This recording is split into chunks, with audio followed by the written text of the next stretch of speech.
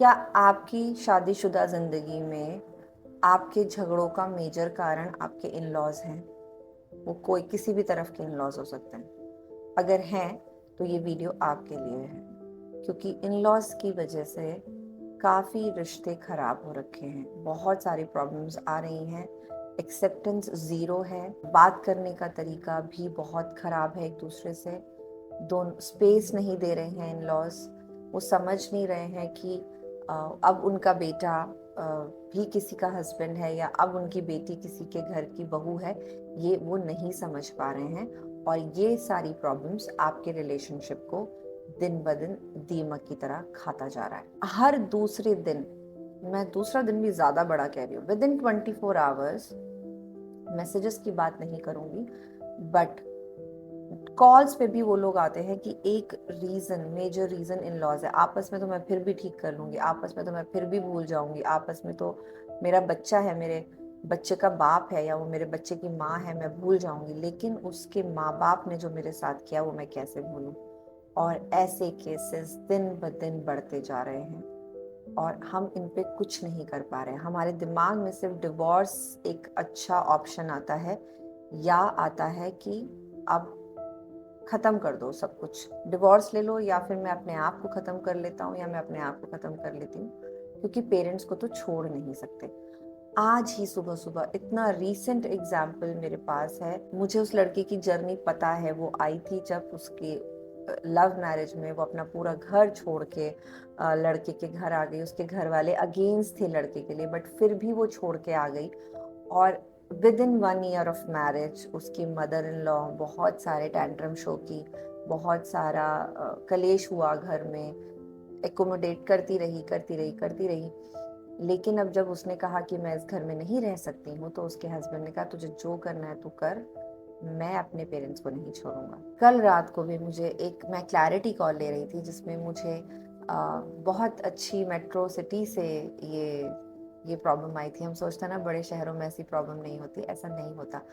बड़े शहरों में भी ये प्रॉब्लम है कि जो लड़की है ना, वो 24/7 हर एक बात क्या बना, क्या कहा, कैसा एक्सप्रेशन आया, वो अपने घर वालों को बताती है। और ये बात उसके हस्बैंड को बहुत ज़्यादा इरिटेट करती है, और फिर उसको अपने पेरेंट्स ज़्यादा सही लगते हैं। अब ये कॉम्प्लिकेटेड है, लेकिन इसमें क्या आप पेरेंट्स को बदल सकते हो?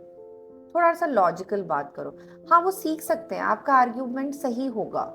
बहुत लोग मुझसे आके इस बात में आर्ग्यू करते हैं, और मैं उनको यही समझाने की कोशिश करती हूँ। वो अपना पेन रखते हैं, वो बेचारे मुझे तो कुछ नहीं कहते, बट अपना पेन रखते हैं कि मैम उन्हें समझना तो चाहिए। उन्हें समझना चाहिए, लेकिन जितने दिन से आप ये पेन सह रहे हो वो नहीं समझ रहे, तो मीन्स वो बदल नहीं सकते हैं। बदल कौन सकता है और चीजें ठीक कौन कर सकता है? सिर्फ आप दोनों लोग। और आप दोनों को ये रिस्पॉन्सिबिलिटी लेनी पड़ेगी, अगर आपके बच्चा है तो भी और अगर नहीं है तो भी। अब आपने शादी तो सोच समझ के की थी ना, और सोच समझ के जब शादी की थी तो तोड़ने के लिए तो नहीं की थी। अगर बहुत फिजिकल अब्यूज नहीं है तो शादियों को ठीक करने की कोशिश कीजिए। आप घुस चुके हैं इस इंस्टीट्यूट ऑफ मैरिज में, अब पास ही होके दिखाइए। अगर बिल्कुल ही आपने आउट ऑफ सब्जेक्ट ये ले लिया था और आपको पता नहीं था अगला आपको हाथ उठा सकता है, हाथ उठाने में आप बिल्कुल भी मत सोचिए। आप निकलिए उस शादी से, आप यहाँ पे मार खाने नहीं आए, चाहे लड़का हो चाहे लड़की हो। लड़के को भी लड़कियां मारती हैं, ये फैक्ट्स हैं। लेकिन अगर आपके इन लॉज की वजह से आप दोनों के बीच में प्रॉब्लम आ रही है और आप दोनों को दिख रही है और थोड़े अवेयर हैं आप कि यार हम अपने, हमारे कोई कारण नहीं है, हमारे माँ बाप हमारे कारण बन रहे हैं, तो आप चीज़ों को ठीक कर सकते हैं। और वो सबसे इम्पोर्टेंट चीज ठीक करने का तरीका ये है कि आप दोनों को थोड़ा थोड़ा थोड़ा थोड़ा अपनी बातों को समझाना पड़ेगा एक दूसरे को, और अपने पेरेंट्स के लिए एक कर्टन लगाना पड़ेगा कि इससे ज़्यादा मैं अपने पेरेंट्स को आने नहीं दूंगा।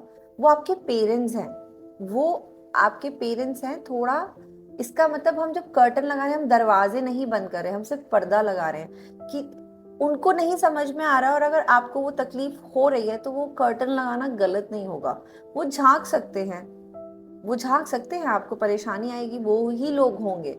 लेकिन जो ये जो आपके पर्दे खुले हुए हैं ना, और आप आसानी से उसकी उस पर्दे की वजह से परेशान हो रहे हैं या आप कर रहे हैं, तो ये पर्दा ठीक से लगाने की जरूरत है। अभी ये खुला पड़ा है, तो ये इसको हम कहते हैं, हमारे यहाँ जब हम थेरेपी करते हैं, हम लोगों को कोच करते हैं, तो हम इसको कहते हैं बैलेंसिंग आउट करना। ये सीखना पड़ता है, हर किसी को बैलेंस आउट करना नहीं आता।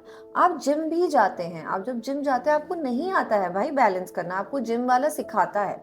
हर किसी की बॉडी अलग तरीके से होती है, हर किसी की बॉडी अलग तरीके से ऑपरेट करती है। तो जिम वाला बताता है देखो तुम्हारे पास ये टेक्निक है, ये टेक्निक है, बट टेक्निक एक है, उस वो बॉडी और शेप के हिसाब से वो एकोमोडेट कर देता है, उसके स्टेप सही हैं।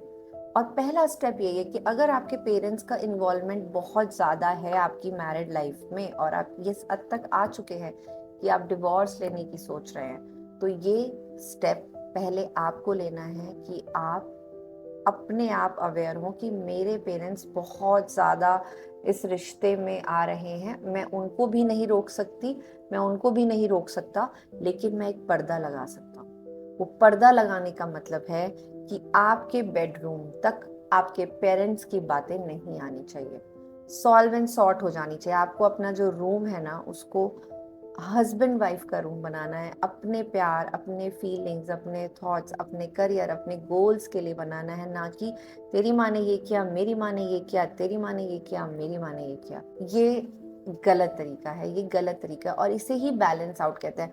मैं 100% श्योर हूँ कि अगर बैलेंस आउट करना सीख लिया तो आपके घर में कितनी भी, आप चाहे उन लोगों के साथ रहते हैं, चाहे आप अलग रहते हैं, तब भी आपका रिलेशनशिप बिगड़ नहीं सकता। ये बात सीखनी पड़ती है, मैं बार बार कह रही हूँ। जैसे हम साइकिल सीखते हैं, जैसे हम स्कूटी सीखते हैं, सिर्फ बैलेंस करने की बात है। एक बार साइकिल सीख लेते हैं तो फिर स्कूटी भी चला लेते हैं, कार भी चला लेते हैं, बाइक भी चला लेते हैं, ट्रैक्टर भी चला लेते हैं, और ये बड़े बड़े बड़े बड़े व्हीकल्स हैं। वैसे ही अगर एक बार आप लोगों ने बैलेंस आउट करना सीख लिया तो आप बड़ी बड़ी प्रॉब्लम्स अपने रिलेशनशिप की मेंटेन कर सकते हैं।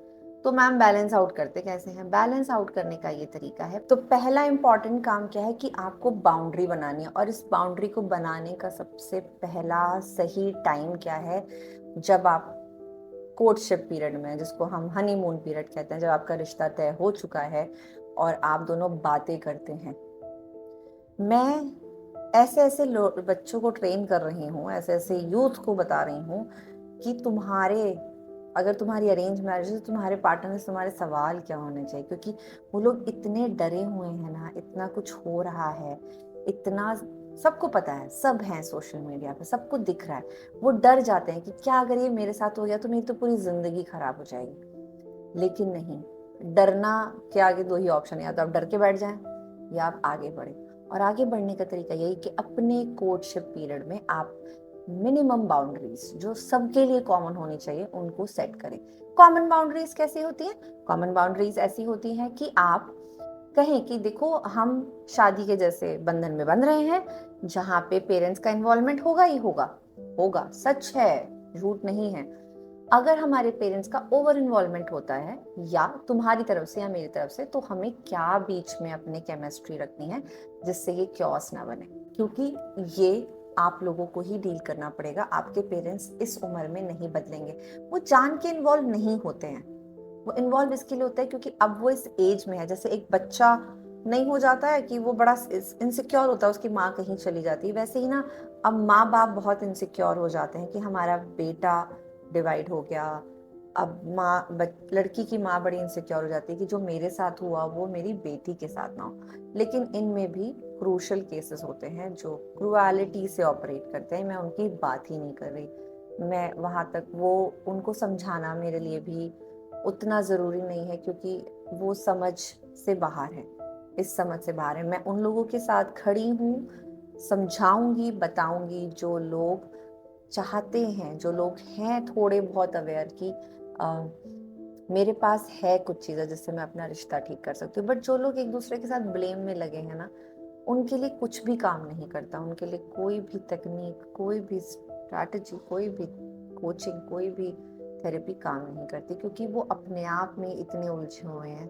तो हम सुलझा भी उसे सकते हैं जो सुलझने के लिए तैयार हो।